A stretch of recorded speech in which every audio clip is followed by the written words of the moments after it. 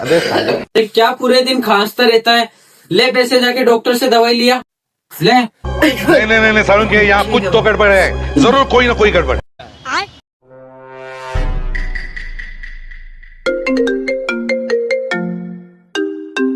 Hello. Hello. हाँ पापा। अरे ले ली क्या दवाई? हाँ बस दवाई ले ली मैंने, बोतल चढ़ रही है बस। कितनी चढ़ गई? हाँ आधी चढ़ गई, आधी ले ली है। फटाफट आजा घर पे। हाँ बस आया अभी आया।